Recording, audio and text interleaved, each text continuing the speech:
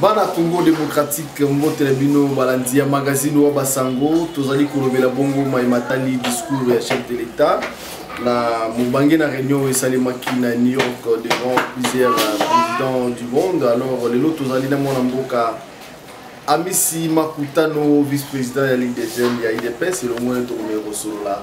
Na maimatali discours à chef de l'état makampo ya lobby et le connaît déjà RDC et si déjà au sein et plutôt là makamotali 70% na partie IDPS sur le qui mon mboka secrétaire général mon mboka Augustin Kabuya beta qui c'était na marteau na nini na mesa que non et sengel na IDPS on a 70% na bango na ministère selon IDPS. Bonjour mon mboka Miss Makutano. Bonjour les co-journalistes. Bonne santé.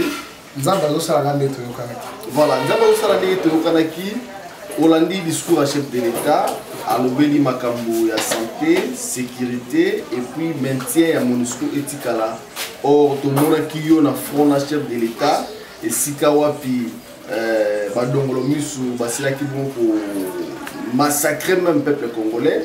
Na misu ya MONUSCO azali wana alosa le monter au chef de l'État zo le pouvoir maintenir MONUSCO peuple congolais a trouvé.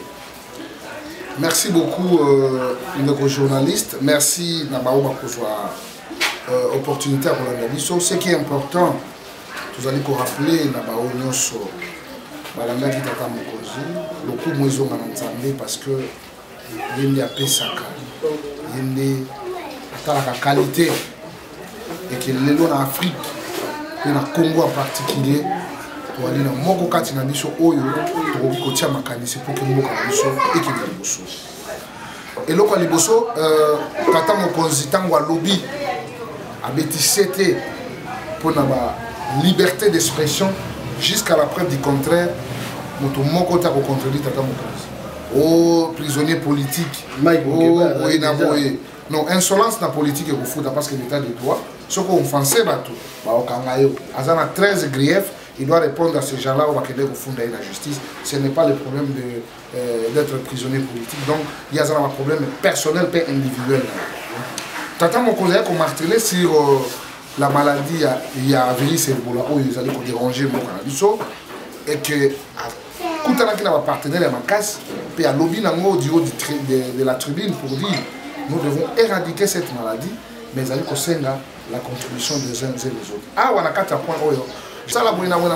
Voilà les retombées. Parce que Azali Mouana Mboka Oyo Azali comme la solution pour nos concitoyens, pour nos peuples. Il y a mis ça, Tata Mokonzi a martelé pour dire Tozali na coltan, Tozana cassiterite, Tozana lithium, Tozana nyonso, kasi bisope, Tozana besoin de misala, pena ba industrie et à Rosama Mboka, pour tout ça la 50-50, c'est-à-dire gagnant-gagnant. Et pour nous moi, Moussika, Tata Mokonzi a lobby que Congo et Azali Mboka Oyo et qu'on paie sa solution dans ma cabo étalé à travers le monde. Parce que tous allez dans la forêt, vous allez vierge, tous allez dans la forêt, tu vas voir ça la paix et qu'on paie ça bilei au qui nous met au CPL. Paix à quel musique pour la Coloba. Biso tous allez dans Zamba, tous allez dans la forêt équatoriale, mais quand c'est une contribution sur le plan international, on va subventionner bateau, quand même que non oxygène et sous la mokili, tu vois qu'à 1%, c'est inacceptable.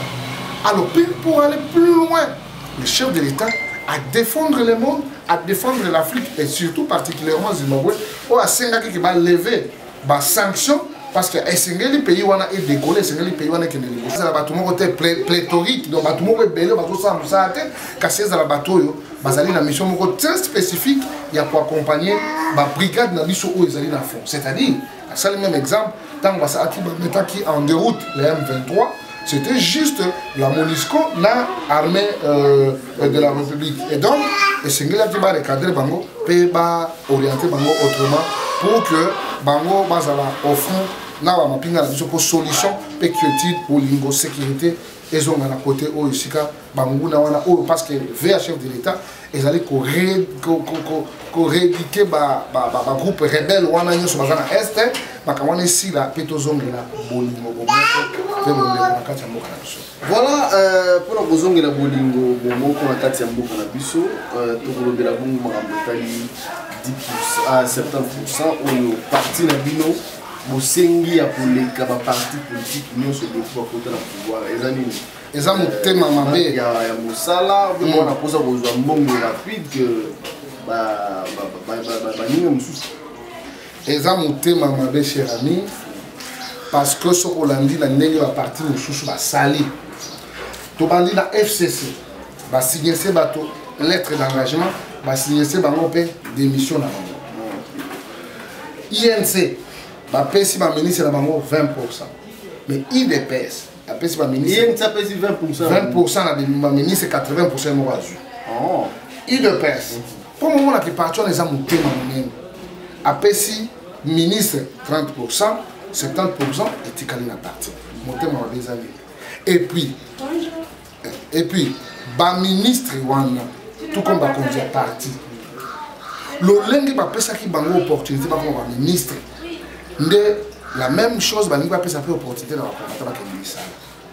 C'est pour dire, les alliés que non, au salaire qui concourt, les alliés que au Kenya qui conçoit la texte moko boyango de salike aux ministère le parti a proposé qui comme le parti a proposé on a proposé pas ninga mususu ba ya wana mais ba tebele bazolo ba expérience alors on veut d'abord dire depuis to yeba mboka na biso depuis to yeba parti na biso débauchage de ça dans la partie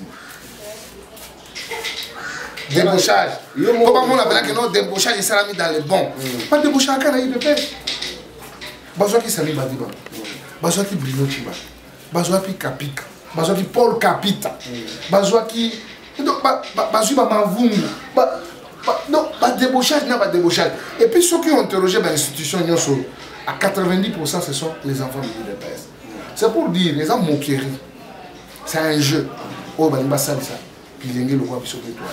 on peut tout dire. La seule génération qui a fait que l'alternance, c'est ça, c'est notre génération. Et nous méritons beaucoup. Mais quand vilipender biso, na koloba que nous basons l'expérience.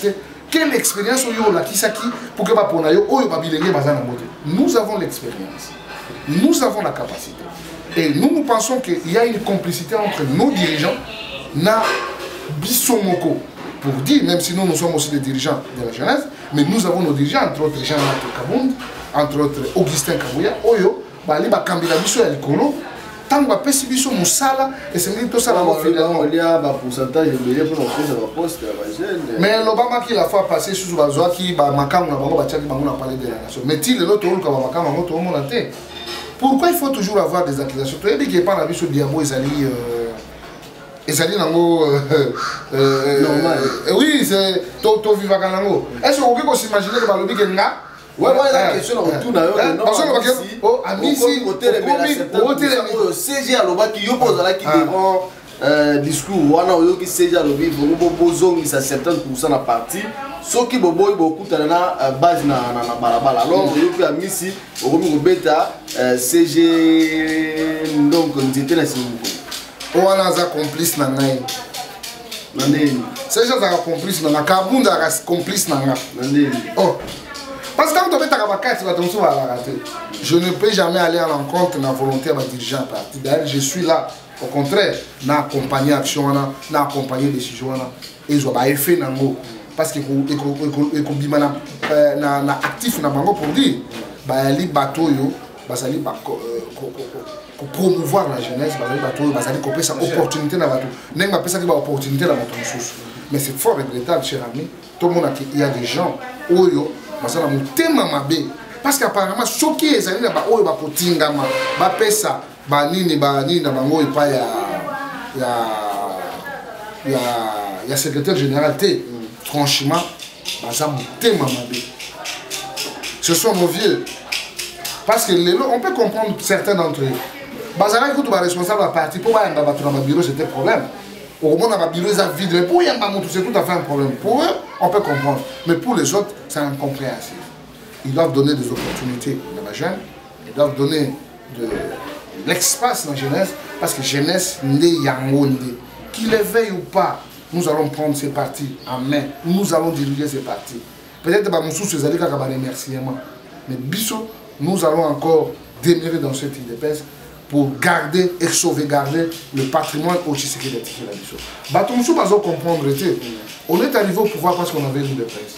Nous avons le devoir sacré de protéger Ango, de protéger. Et je crois que je ne comprends pas. Ami, ça sert à passer pour ma vie. Mais je suis l'homme, celui que Dieu a voulu que je sois. Et j'aime souvent la rationalité et j'aime respecter les principes. Les chefs ont dit 70% pour les partis, ce n'est pas 70% pour leur famille, c'est 70% pour le parti.